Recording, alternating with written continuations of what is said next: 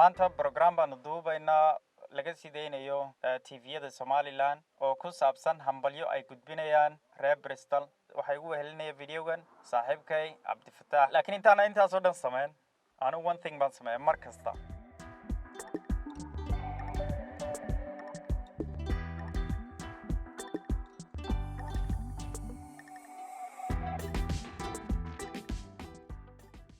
So finish.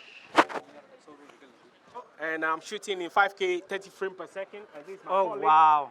Yeah, it's shooting because I always try different technology. This is 5K, but look at this camera, man. That's my days, 5K, you know. 5K that business, looks deep. man. That looks deep. 5K. 5K. Man, I gotta get one of them. The resolution is pretty impressive. Now I have to go and light this up when I go back in. Oh, yeah, definitely. I'm always doing stuff here. Is that the 9 or the 8? Yeah, I lost the 8, man. Yeah. So. YouTuber, Ghana. What's the Ghana guy? Odemaya. Yeah, Odemaya. Odemaya, if you're watching, we shout out to you, man. شقادك بهدني وسمع عاد بتاع. It was a long day.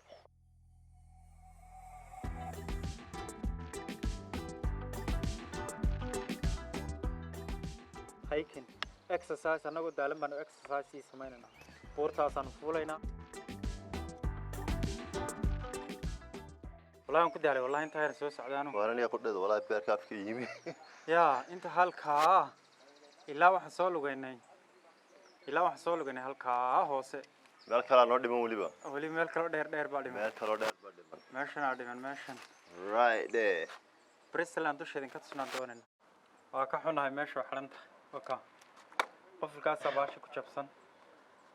ماشي سلهاي صوت صدق. قفل كاسة كتشبسن. سو مركا مقلي كرنو.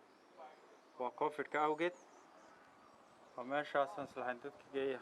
مقالة دي شيء دي من شوقنا.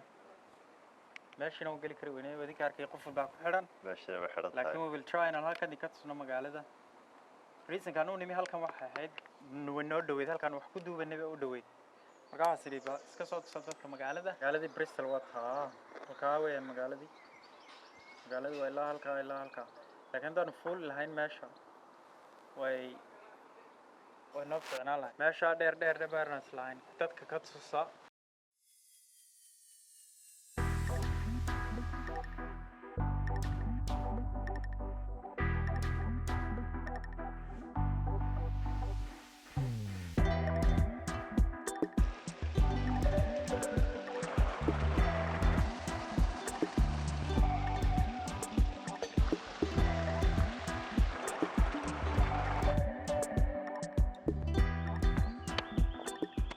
magaalada dhinaca ka deganay ayaan ku noqonaynaa idinkuna meesha joogtaan iyo meesha deganaada